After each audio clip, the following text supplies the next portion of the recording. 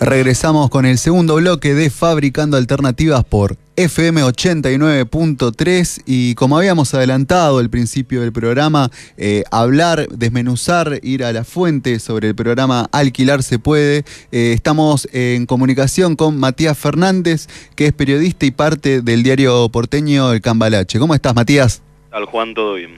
Todo bien. Bueno, primero felicitarte por el informe y también que nos des a conocer a los que están escuchando cuáles son, digamos, los bemoles en realidad en la ciudad de Buenos Aires. ¿Alquilar se puede? A ver, nosotros en el informe ahí lo que tomamos como disparador es a través de la salida del programa presentado por el PRO, discutir un poco los ejes centrales del programa y después pensar un poco más de fondo la cuestión de la crisis habitacional en la ciudad en términos más generales. El programa lo que tiene en términos concretos es que está orientado a jóvenes de 35 años, dentro de las cosas, jóvenes menores de 35 años, dentro de las alternativas o de las principales cosas que ofrece es una garantía para aquellas personas que no la puedan conseguir. Sí. Y un pequeño crédito subsidiado por el Banco Ciudad para afrontar los gastos iniciales. Esto serían los depósitos, los primeros meses de alquiler. O sea, el Estado hace de garante y además te presta la plata para poder entrar en el pago inicial. El Estado en realidad, cuando uno se pone a desmenuzar un poco más de fondo y, sí, a hablar con gente que milita en el tema de inquilinos y algunas vertientes políticas, lo que plantean es que en realidad el Estado no es que hace de garante, sino que el Instituto de la Vivienda de la ciudad, el Instituto de la Vivienda porteña, funciona como un intermediario con el Banco Ciudad. En realidad, la transacción es a través del Banco Ciudad, pero el Estado simplemente cumple la función de intermediario. Ahora bien, el impacto del programa, y es lo que más se discute en un principio, es que solo está orientado en una primera instancia a unas 2.000 personas, 2.000 beneficiarios, que se intenta que se acreciente a 6.000 con el paso del tiempo. Y después, esto que te planteo, la edad de las personas, menores de 35. Entonces es un impacto muy limitado. La verdad que alquilar se puede, es demasiado pretencioso cuando lo único que se ofrece son 2.000 beneficiarios, menores de 35 y además con un costo elevado. Hay que tener un sueldo importante para poder acceder a participar del concurso para ser beneficiario del programa.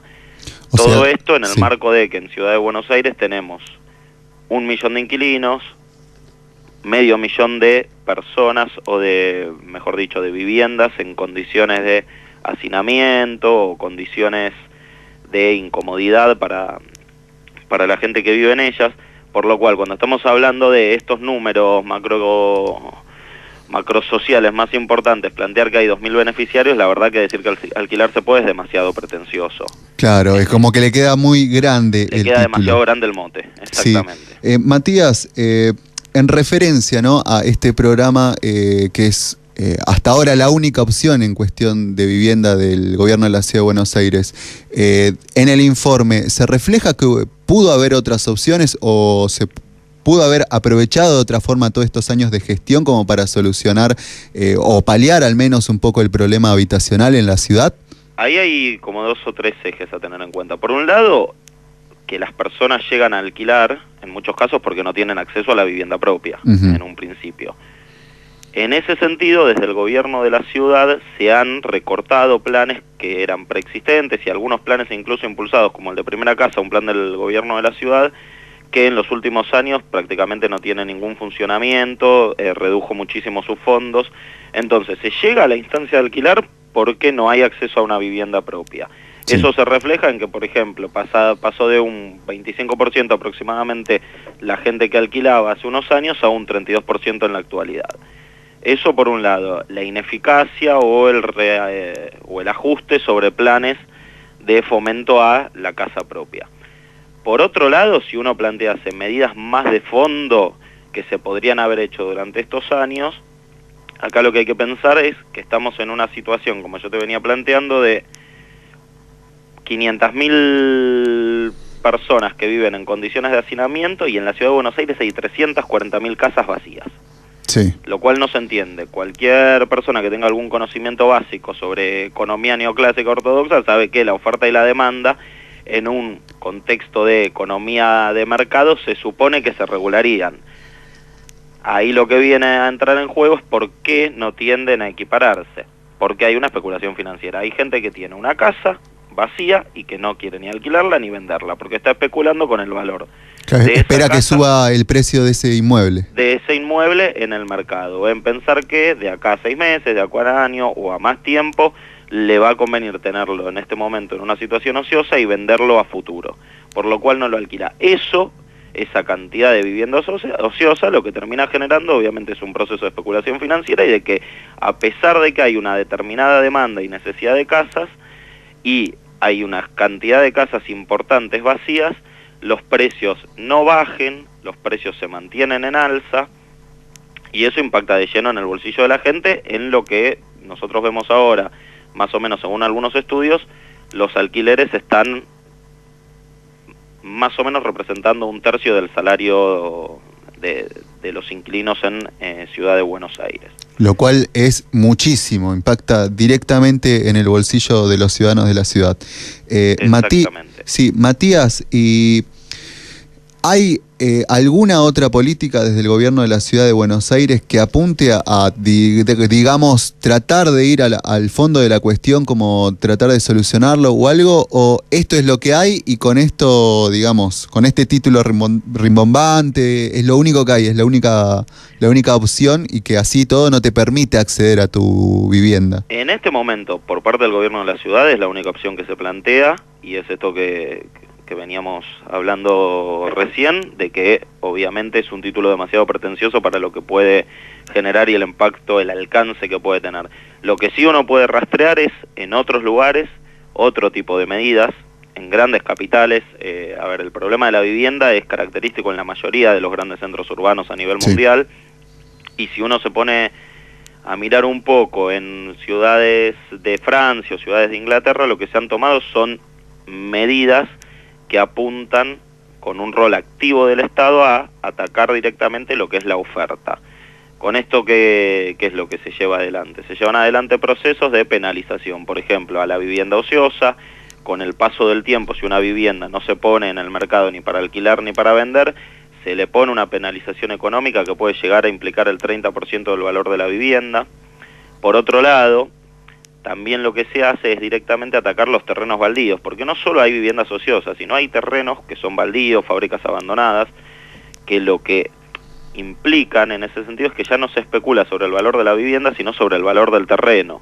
En lugares y en las ciudades donde el acceso al transporte, el acceso a los servicios es mucho mayor, el terreno en la ciudad tiene un valor muy importante. Y cuando vos tenés grandes terrenos baldíos o grandes fábricas abandonadas para especular y que en algún momento se construyan grandes torres, si durante mucho tiempo eso está en esas condiciones y no se penaliza económicamente al propietario que está especulando, llegamos a situaciones como esta, donde hay una crisis habitacional en la cual hay determinada gente que vive en condiciones de hacinamiento y hay un montón de casas vacías y un montón de terrenos ociosos que no se ponen a disposición de la gente. Para solucionar eso necesitas un rol activo del Estado, eso es claro. Claro, que regule esta cuestión de la construcción, que una parte sea destinada a vivienda social. Y hay otro punto que se utiliza también en algunas ciudades y en algunos municipios, sobre todo de Inglaterra, que es sobre cada propiedad que se construye, destinar una determinada cantidad de metros cuadrados a vivienda social. Es decir, si se hace un edificio, un 20% de los metros cuadrados del edificio tiene que tener un determinado valor para ser destinado a vivienda social. Entonces, de esa manera también se ataca un poco la especulación inmobiliaria y se genera una mayor oferta para los sectores más vulnerables, que en realidad son los que quedan más excluidos del sistema y del poder tener acceso a una casa en la ciudad. Esas serían como las medidas más de fondo que uno pudiese aplicar para intentar solucionar y atacar el problema de raíz, que es el problema de la especulación financiera que está por detrás de esta condición y esta dificultad de alquilar en la ciudad. Matías, por último y cortito, ¿qué presiones? Imaginemos, ¿no? Estos 2.000 beneficiarios, uno accede a este beneficio, a que el gobierno de ciudad el Banco Ciudad le otorgue el préstamo al ciudadano. Después, ¿con qué presiones económicas se encuentran? Porque tiene que soportar la carga del alquiler, que son altos también, y además la devolución del préstamo. Exactamente. Sí, queda, a ver, lo que ofrece el plan en realidad es esto que yo te planteaba, la figura de ser un intermediario con el banco, pero en realidad la relación pasa a ser con el banco y el inquilino pasa a estar endeudado. Por otro lado, al ser una garantía bancaria, otra de las cuestiones que nosotros hoy planteamos, que nos plantea un militante de lo que sería el colectivo de inquilinos agrupados, es que la garantía bancaria no es lo mismo que la garantía de dueño en la ciudad. En realidad, lo que nos plantean es, si uno va a una inmobiliaria con una garantía bancaria, la verdad es que es muy difícil conseguir un alquiler. Por eso también ahí existe otra traba para poder conseguir un alquiler en la ciudad. Saldando esa distancia, en el caso de poder alquilarlo, pasa a ser un inquilino que está endeudado, que va a tener un alquiler alto, que va a tener además una deuda con el banco, y que los precios del alquiler se sujetan a esta cuestión de la especulación inmobiliaria. Han aumentado muchísimo en los últimos tiempos, en parte porque no se regula el mercado inmobiliario en la ciudad. Clarísimo, Matías. Muchísimas gracias por dar luz a este programa Alquilar se puede y bueno, por el informe. No, al contrario, gracias a ustedes. Era Matías Fernández, integrante del diario Cambalache, y hablábamos un poco, dialogamos respecto al tema central del Diario de Mayo. ¿Alquilar se puede en Buenos Aires? Bueno, cada uno saque sus propias conclusiones. Acá le tenemos que dar flechita para abajo, me parece.